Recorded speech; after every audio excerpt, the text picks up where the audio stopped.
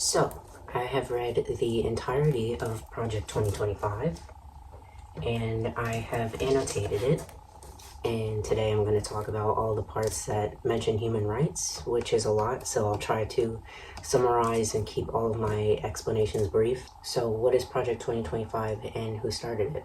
Project 2025 is a 922-page document that outlines the plans of the first 100 days that a conservative president is in office, i.e. Donald Trump.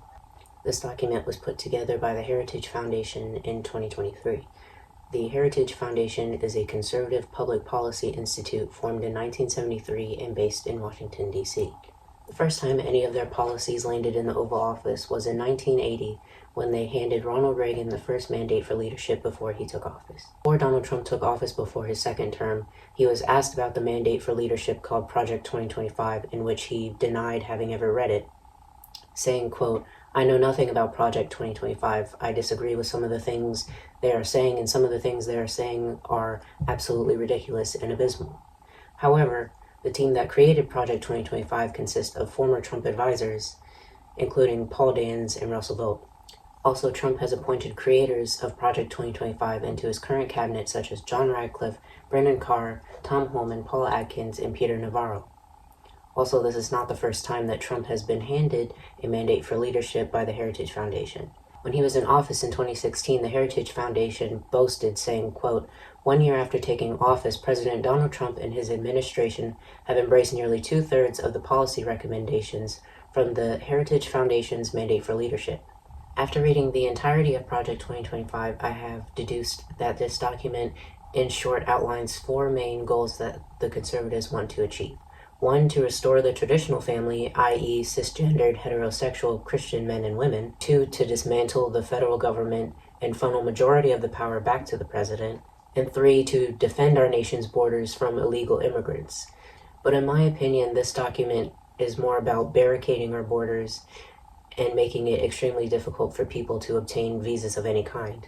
And 4, to reverse any policies made by Obama or Biden, that being abortion, climate change, DEIA, LGBTQ rights, etc. Now going to page 1 titled Forward, the Promise to America, it says, quote, "Look at America under the ruling and cultural elite today. Inflation is ravaging family budgets. Drug overdose deaths continue to escalate, and children suffer the toxic normalization of transgenderism, with drag queens and pornography invading their school libraries." First of all, inflation was the highest it's ever been under Reagan's administration, which the Heritage Foundation contributed to. And second of all, drag queens and pornography invading school libraries. Elaborate on that, because Drag Story Hour, where drag queens read appropriate children's books to kids, takes place after school hours, and porn being in school libraries. What do you mean by that? Is there 50 Shades of Grey or other adult erotica on the shelves?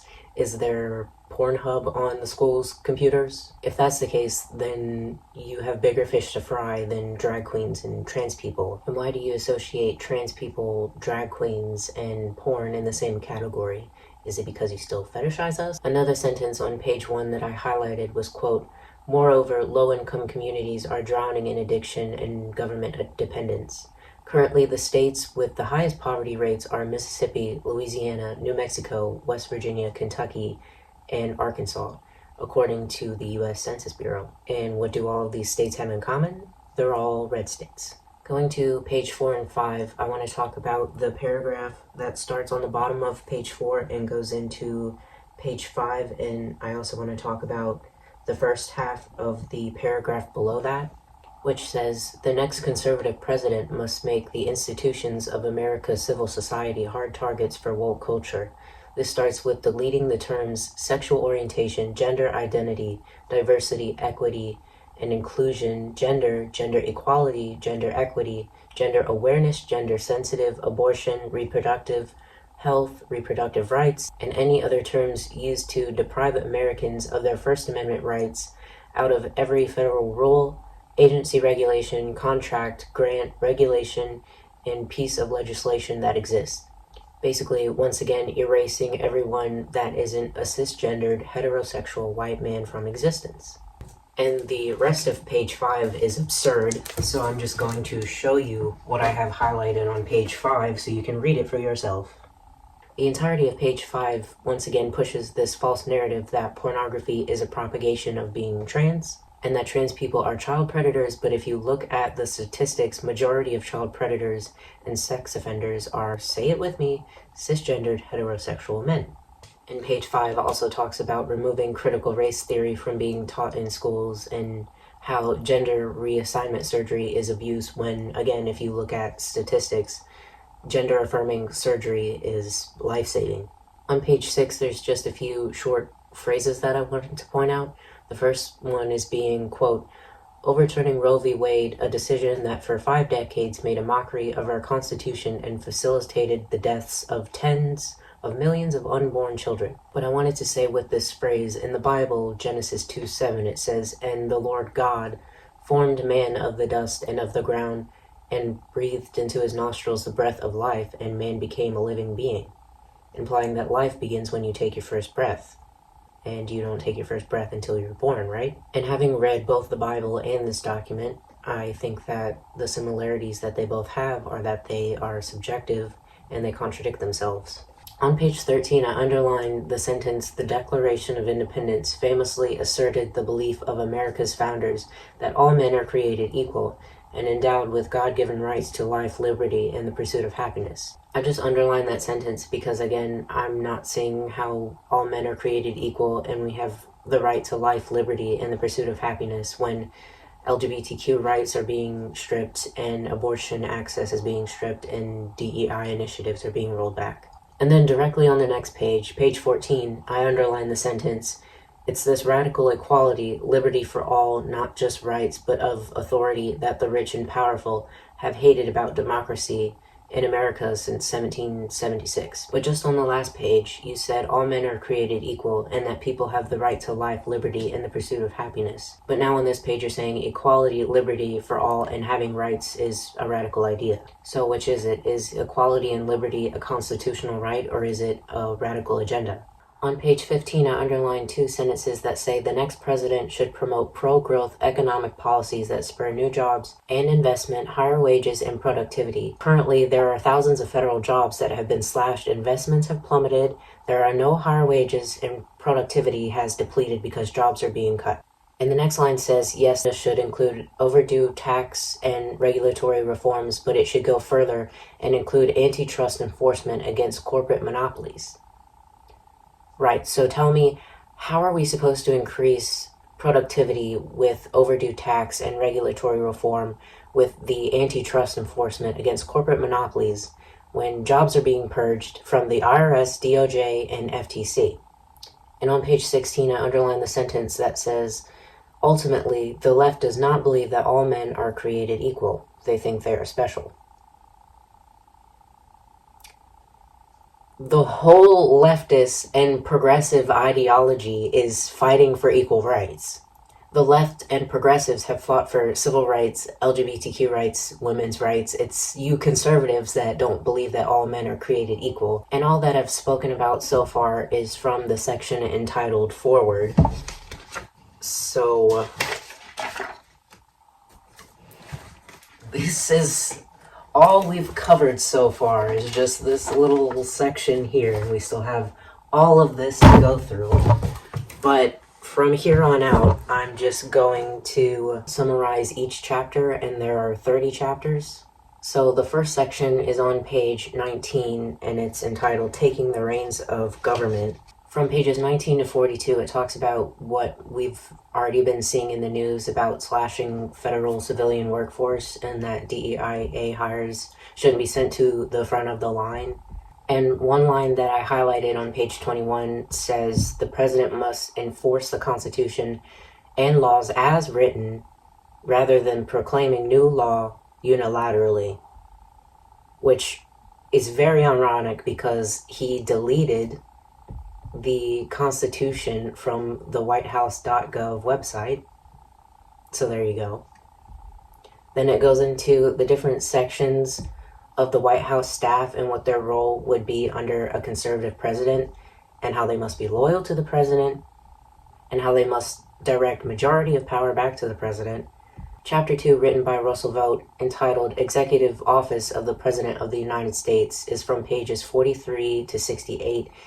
And again, more stuff about how the president should have majority of power.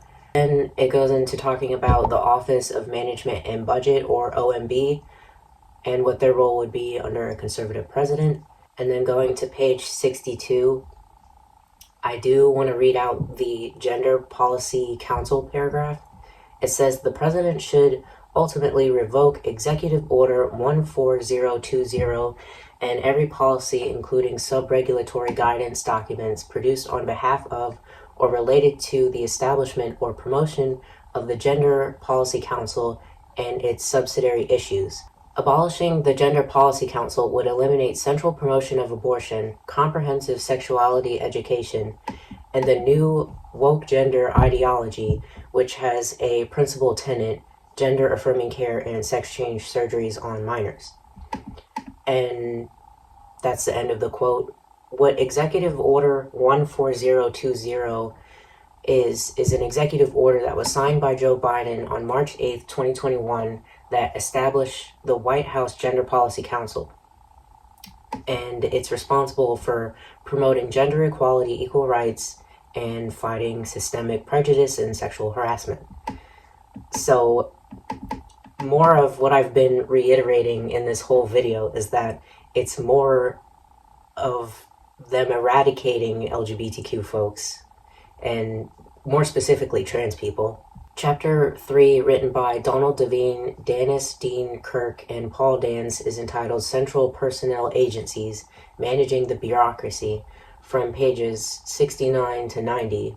And it's more about government agencies that should slash civilian jobs, funneling more power to the president, again, and being loyal to the president. And then, of course, more jabs at leftist ideologies like diversity and inclusion. Chapter 4, written by Christopher Miller, is from pages 91 to 132. And it's about the Department of Defense and what their priorities would be. It's mostly prioritizing defense against China because apparently China, to them, is the only communist country that conservatives know about or feel threatened by in any way. And there's a section in here that made me kind of nervous called Implementing Nuclear Modernization and Expansion. Basically meaning that they want to expand the U.S. nuclear arsenal, mostly just in case Russia or China decide they want to attack or invade in any way. Just the idea of weapons of mass destruction, specifically nuclear ones, is enough to send me into an existential spiral. But basically, this whole chapter is about building more weapons of mass destruction and expanding military arsenal. And also in this chapter, again, there's more anti-diversity and inclusion. The big one being conservatives not wanting trans people to be part of the military. Basically, at the end of this chapter, this was my only note. Greed plus money equals war. War plus pride equals death. Chapter 5 is entitled the Department of Homeland Security, and it's from pages 133 to 170. And I call this chapter the Ethnic Cleansing via Deportation chapter because it's about ICE and deporting anyone that doesn't have documents. It also talks about more job cuts and making it more difficult to obtain visas of any kind. Chapter 6, written by Kieran K. Skinner, entitled The Department of State, is from pages 171 to 200. And in short, it's just reiterating stuff that was said in the last chapter. I wanted to note that this chapter talks a lot about fighting for human rights, notably on the last bullet point on page 185, the last bullet point on page 187, and from the last paragraph on page 191 to the top of page 193. And again, I find it ironic and hypocritical that conservatives are talking about human rights and like fighting for human rights when they're actively removing human rights from all minority groups. Chapter 7, written by Dustin J. Carmack, entitled Intelligence Community, from pages 201 to 234. I honestly didn't have any notes for this chapter because it's just the same talking points yet again, being a blind loyalist to the president, fighting woke culture, fighting social justice, blah blah blah. Chapter 8, written by Maura Namdar, is entitled Media Agencies, from pages 235 to 252, It's about broadcasting stations in the US and in other countries, and about how all news networks like NPR, PBS, MSNBC, CNN, BBC are all biased fake news from the left. But nowhere does it mention biased news to the right. And if you do a simple search of which news networks are unbiased and you just scroll, it will tell you which networks are unbiased and factual. But on page 247, they talk about wanting to strip public funding to leftist broadcasting networks. And I just put a note on that page simply saying it's freedom of speech unless it hinders the conservative narrative. Chapter 9, written by Max Primarek, entitled Agency for International Development, from pages 253 to 288, talks about foreign aid, notably U.S. aid, but I wrote a note in this chapter saying Trump purged it, which he did. He purged U.S. aid. So this chapter kind of means nothing now. But I still underlined a few sentences that were peppered throughout this chapter, and I also underlined the entirety of pages 258, 259, and 284, because again, it talks heavily about removing DEI and removing gender equality. But there's a phrase on page 286 that I wanted to rebuttal. It says, quote, and that Martin Luther King Jr.'s ideal of a colorblind society should be rejected in favor of reinstating a color-conscious society. Again, if you do a simple search and type in, did Martin Luther King Jr. want a colorblind society? The first answer that pops up is obviously no. He wanted you to be aware of the color of people's skin and their ethnic background and their cultural background, but that you should not judge or be prejudiced towards someone based on that. Chapter 10, written by Darren Basque, entitled Department of Agriculture, from pages 289 to 318. It talks about wanting sound science, and I just put a note saying I thought conservatives didn't believe in or follow science, considering they ignore scientists on the topics of public health, the climate, and gender studies. Chapter 11, written by Lindsay M. Burke, is entitled Department of Education, from pages 319 to 362, and it's about promoting faith-based teachings in K-12 schools, specifically Christian faith-based teachings, and again brings up removing gender equality, critical race theory, and DEI in schools, and also talks about trans youth and how their parents should be notified by the school if their child wants to use different pronouns other than the ones they were assigned at birth, aka outing them to their parents. I'm going to put chapter 12 and 13 together because they both talk about the environment.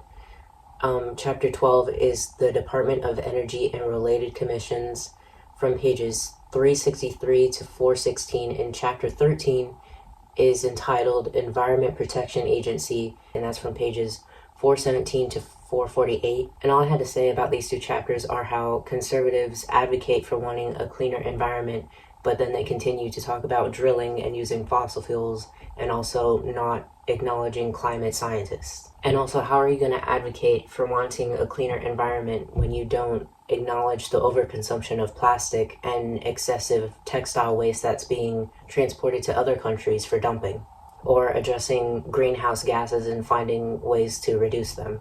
Chapter 14, entitled Department of Health and Human Services, from pages 449 to 502, again brings up dismantling DEI and removing gender-affirming care, but I wanted to note that this section is divided into 5 goals. Goal 1 being protect life, conscious, and bodily integrity. Goal 2, empowering patient choices and providing autonomy. Goal 3, promoting stable and flourishing married families, of course only being Christian men and women. Goal 4, preparing for the next health emergency, and Goal 5, instituting greater transparency, accountability, and oversight. But let's go back to goals 1 and 2, because talking about bodily integrity, patient choices, and autonomy, super ironic considering that abortion rights are being taken away and medical care for trans people are being stripped away. Make it make sense. There was a paragraph that I knew was false, but I wanted to fact check it for you anyway. It's on page 455, and it's the paragraph that starts by saying the CDC oversaw and funded the development and testing of the COVID-19 vaccines with aborted fetal cell lines. And then the phrase, quote, "There is never a justification for ending a child's life as a part of research," end quote. On factcheck.org, it says, in an early phase of development, 2 of the coronavirus shots, the mRNA vaccines from Pfizer, BioNTech, and Moderna, were tested in cell lines that were long ago made from an aborted fetus, and the Johnson & Johnson vaccine is manufactured using a cell line derived from aborted fetal tissue, but neither fetal cells nor fetal tissue, however, are present in any of the vaccines, and no new abortions were involved in making any aspect of the vaccines possible. And just a little note on page 487, it talks about the Indian Health Service, which is in reference to Native Americans, and I think it's unfortunate that that hasn't been changed or updated in any way yet. Chapter 15 from pages 503 to 516, entitled Department of Housing and Urban Development, talks about how affordable housing programs cause intergeneration poverty and people who are using affordable housing programs are prevented from working, which is obviously not true. If you do a quick search of does affordable housing programs cause intergenerational poverty, the first answer that comes up is, quote, "Housing is the key to intergenerational poverty and increasing economic mobility. Research shows that increasing access to affordable housing is the most cost-effective strategy for reducing childhood poverty and increasing economic mobility in the United States." Also, this chapter talks heavy about enforcing a traditional 2-parent single-family home and is against multifamily homes. On page 503, I underline 2 phrases, the first being enforce mandates with powers to settle compliance matters ranging from housing quality standards to housing discrimination cases. That being said, this chapter talks about resetting the HUD and reducing workforce. That means that housing quality standards are going to go down and housing discrimination cases won't be listened to. And as I was writing this script, I tried to look up the HUD website for myself about the Fair Housing Act, but of course, that website has been scrubbed. So I'm also going to link a map down below from lgbtqmap.org, and it's a map that shows all the states that prohibit or don't prohibit discrimination based on sexual orientation or gender. Going to the second phrase on page 503 that I highlighted, it says the HUD programs tend to perpetuate the notion of bureaucratically providing housing as a basic life need. And to that I say having shelter is a basic human need. Having a place to sleep, having a place to protect you from the outside elements, having a place to call home shouldn't be considered a luxury or something that you have to fight tooth and nail for. Also, I wanted to mention on page 503, there are a few housing policies that are being repealed or eliminated, namely the Affirmly Furthering Fair Housing Regulation, the Housing Supply Fund, and the Housing First policies. And also on this page, it mentions implementing max term limits for people in housing programs. Chapter 16 from pages 517 to 544 is entitled Department of the Interior, and it's basically rehashing previous chapters about the environment and immigration. It basically lays out a plan for environmental policies, public land, Native American rights, and deporting anybody that doesn't have documentation. I'm going to combine chapter 17 and 18, which is from pages 545 to 580 and from pages 581 to 618. And it's more the same stuff about how these departments aren't doing their job correctly and more about rolling back DEI. And it talks more about how Christianity and family should be at the forefront, even though not everyone in the US follows Christianity. Chapter 19, from pages 619 to 640, is entitled Department of Transportation, and it's more about how clean air is bad, fossil fuels are good. And it also talks about cutting funds and workforce, notably to the FAA, which is why we are currently seeing a lot more plane accidents and security failures. Chapter 20 is written by Brooks D. Tucker, but I wanted to say his name because I think that's a fabulous drag name. From pages 641 to 662 is entitled Department of Veteran Affairs, and it proposes changes to the department that include increasing privatization practices, reducing the eligibility criteria for healthcare benefits, and replacing federal civil service employees with political appointees. And the conservatives' focus on cutting workforce and introducing political control is depleting the VA's ability to serve veterans, specifically disabled veterans. Additionally, it recommends speeding up the VA's disability review process and considering limitations on eligibility for future recipients. And if you thought it was bad now for veterans to try to get mental health assistance for their PTSD and for them to get housing assistance, it's going to be much more difficult. Chapter 21 from pages 663 to 690 is entitled Department of Commerce. More nonsense about privatization, cutting budgets and workforce, hating China, wanting to eliminate the National Oceanic and Atmospheric Administration, the Office of Marine and Aviation Operations, and the National Advisory Committee, as well as changing other agencies to fit conservative standards. And from here on out, from chapters 22 to 30, which would be from pages 691 to 887, are all about abolishing, eliminating inefficiency, enacting tariffs, more hating China, hating DEI, and funneling majority of the power to the president. And I'm done, and I'm tired of filming this video. I hope this video was informative and thorough, and I encourage you all to read the articles and the other videos about Project 2025 that will be below. Our next video will most likely be about the executive orders that have been signed so far, which I think are 64 of them right now. And I will summarize them and say whether or not they've been passed through or blocked by a judge. And I'm not sure when that video will be out because I have enough stressors in my life and I don't need a video uploading deadline to be another one. I'm mostly looking at this being like a bi-weekly or monthly thing.